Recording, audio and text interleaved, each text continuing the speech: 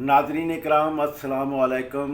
Voice of people YouTube channel से मूसा सईद आपसे मुखातिब हूँ। आज 5 दिसंबर सन 2022 सोमवार का दिन है। मैं पेश करने जा रहा हूँ वीलॉग कि पाकिस्तान अमेरिका का कितना बड़ा गाहक है।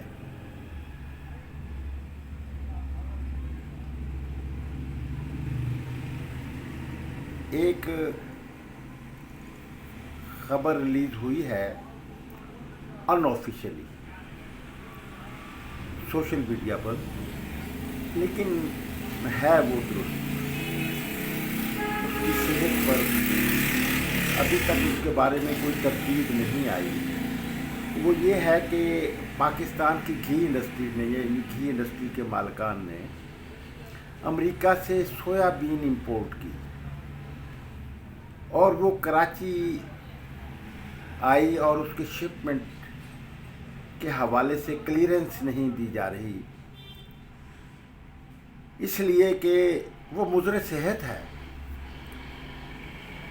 जिससे पाकिस्तानियों की सेहतें मुतासर होंगी। तो इस हवाले से मुतल्लिका इदारों ने उसे क्लियर करने से इनकार कर दिया। तो इस सूरत हाल को देखने के लिए वफाकी फूड मिनिस्टर, जिसका ताल्लुक मुस्लिम लीग काफ से है, लेकिन वो गुज़श्ता दिनों इमरान खान से बगावत करके, असूलों की बुनियाद पर बगावत करके, वो पीडीएम में की हुकूमत में शामिल हुए शहबाज शरीफ के फूड मिनिस्टर, जिनका ताल्लुक बहावलपुर यजमान से है, जनाब चौधरी तारक बशीर चीमा, तो उन्हें मुतल्लिका इदारों ने सारी सूरत हाल से आगाह किया। तो उस अमरीकी सोयाबीन को जो पाकिस्तान पहुंचा दी गई मुज़र सेहत, उसको क्लियर करने के लिए इज़्ज़त माब हिज एक्सीलेंसी अमेरिका के सफ़ीर खुद सी पोर्ट पे पहुंच गए और तारक बशीर चीमा को खूब दबाव डाला कि इनको क्लियर कर दो। तो ये खबर लीक हो गई, पाकिस्तान के अवाम को पता चल गया। कितनी मालियत की सोयाबीन है? $40 बिलियन की। तो अगर ये दुरुस्त है, ये बड़ी ह्यूज अमाउंट है, $40 बिलियन। हम तो IMF से $5-4 मिलियन हासिल करने के लिए हमारे हुक्मरान नाक रगड़ते हैं, खुशामदी करते हैं, मिन्नतें करते हैं। और यानी इसका मतलब ये है कि पाकिस्तान से जो दूसरी मसनूआत को अगर शामिल कर दिया जाए तो वो $1000 बिलियन से तो ज़्यादा ही होगी। तो यानी हम कितना बड़ा उनके गाहक हैं।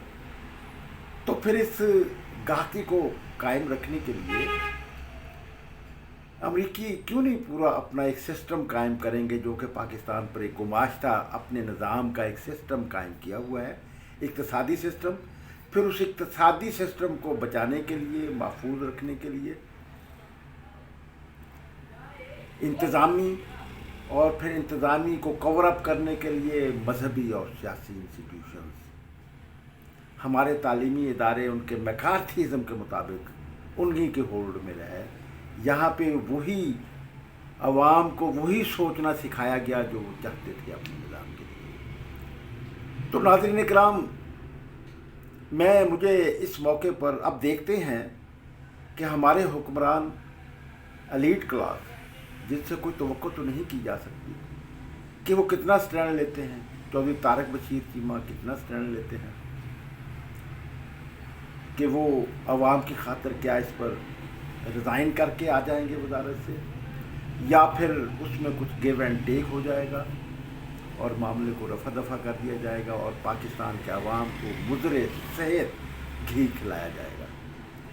तो नाज़रीन इकराम, इसी तरह एक वाक़या मुझे याद आ गया। जुल्फ़िकार अली भुट्टो जब चीफ मार्शल एडमिनिस्ट्रेटर थे और सदर पाकिस्तान थे, अभी कॉन्स्टिट्यूशन, प्रोविजनल कॉन्स्टिट्यूशन भी अभी लागू नहीं हुआ था, मार्शल लॉ बरकरार था। तो भुट्टो साहब को बहुत शौक था कि मैं पार्टी मंशूर के मुताबिक ज़्यादा से ज़्यादा रिफॉर्म्स कर दूँ। चुनाचा एक रिफॉर्म शेख मोहम्मद रशीद, जो किसानों के मसाइल और हुकूक उसके एक्सपर्ट थे, तो उन्हें भुट्टो साहब ने अपना वज़ीर सेहत बना दिया था। उनके हाथ जब उन्होंने मिनिस्ट्री को चैलेंज समझ कर कबूल किया, नाज़रीन इकराम, मैं सॉरी करूँगा, मैं कई दिनों से अली चला आ रहा हूँ, तो ये खांसी भी तंग कर रही है। तो हुआ ये कि मैं शेख मोहम्मद रशीद साहब के बहुत करीब था। तो उन्होंने, जब भुट्टो साहब ने उन्हें उनके जिसमें वो महारत रखते थे उसकी बजाय दूसरा महकमा दे दिया, डॉक्टरी का, सेहत का, तो उन्होंने बंद होकर 15 दिन तक वो तमाम फाइलें जो पड़ी हुई थी वो उनको स्टडी किया। तो उसमें से एक फ़ाइल जो थी वो बंगाली डॉक्टरों की थी, जिसमें डिफ़ाइन किया गया था कि दुनिया 2 ब्लॉक्स में शामिल है, तकसीम है।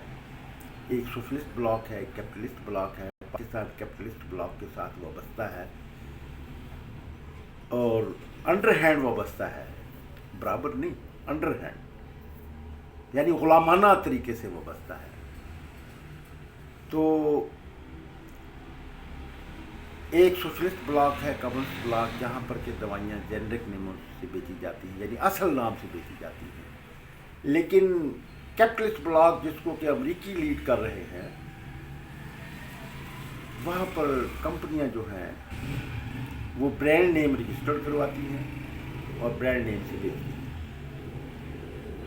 इसलिए दवाइयाँ बहुत महंगी होती हैं कंपैरेटिवली जेनरिक में, और जहाँ पे जेनरिक नाम से मुल्कों में फ्लो होती हैं वो बहुत ही सस्ती। यानी यहाँ कैपिटलिस्ट ब्लॉक में सरमायादार मुख्तलिफ एट्रैक्टिव नामों से एडवर्टाइजमेंट करके बहुत भारी कीमत पर अपनी कमोडिटीज़ को बेचता है, दवाइयों को बेचता है।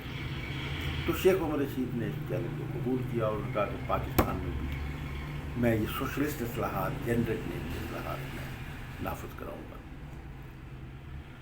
चुनांचे शेख साहब ने इस बारे में जब एक कोशिश की रायनामा को तैयार करने के लिए, क्योंकि जब तक रायनामा साथ ना हो, गरीब साथ ना हो, अवाम साथ ना हो, उस वक़्त तक अवाम दोस्त इस्लाहात नाफिज नहीं हो सकती। इसलिए कि वो अवाम दुश्मन, जिनका मफाद ये होता है कि वो नाफिज ना हो, वो नाफिज नहीं होने देते। तो शेख मोहम्मद रशीद अवाम में अपना प्रोपेगेंडा कर रहे थे जेनरिक स्कीम के बारे में। तो शेख साहब को पेशकश की गई, ये मेरे सामने की बात है। उन्हें 20 करोड़ रुपए की ऑफ़र की गई मल्टीनेशनल मेडिसिन कंपनियों की तरफ से कि आप 20 करोड़ डॉलर देते, 20 करोड़ रुपए देते और इस पंगे में ना पड़े इस्लाहात के, चलने दें इसको जैसे शुरू से ही चला आ रहा है। लेकिन शेख मोहम्मद रशीद तो सोशलिस्ट था, वो तो किसी लालच में आने वाला नहीं था। फिर शेख मोहम्मद रशीद साहब ने मुझे बताया कि वो 2 अरब रुपया तक उन दिनों में देने के लिए तैयार थी वो कंपनी कि ये स्कीम नाफिज ना करो। मैंने कहा इतना बड़ा 2 अरब? हाँ, उन्होंने कहा, वजाहत की, शेख रशीद की वजाहत दुरुस्त थी। उसने कहा कि इसलिए कि अगर पाकिस्तान में जेनरिक स्कीम कामयाब हो जाती है तो इंपीरियलिस्ट ब्लॉक से फिर दवाइयाँ जो हैं वो जेनरिक नामों पर फरोख्त होनी शुरू होगी। इस तरह उनका बिलियन ऑफ डॉलर बल्कि ट्रिलियन ऑफ डॉलर्स का मुनाफे जो हैं वो ख़त्म हो जाएंगे।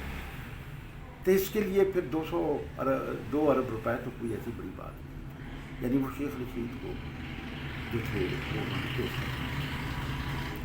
लेकिन उसके बाद आप देखें कि ये अमरीकी इन्फ्लुएंस ही था कि उन्होंने जुल्फ़िकार अली भुट्टो के ज़माने में उसको फिर वैलिडेट करवाया गया कौमी असम्बली से, उस मार्शल के कानून को जो जेनरिक मेडिसिन के बारे में था, जिसमें जेनरिक दवाइयाँ बनाना जुर्म करार दे दिया गया था, काबिल सज़ा जुर्म था बनाना और फरोख्त करना दोनों। लेकिन उससे पहले जो बन चुकी थी उनको क्लियर करने के कि वो फरोख्त हो जाए, تو اس کے لیے پھر ایک مدت میں اضافہ کر دیا گیا تھا. اب یہ شروع ہونا تھا ذوالفقار علی بھٹو کا جو سیکنڈ دور ہو رہا تھا اس. تو ناظرین کرام پھر تو ذوالفقار علی بھٹو کا تختہ الٹ دیا گیا.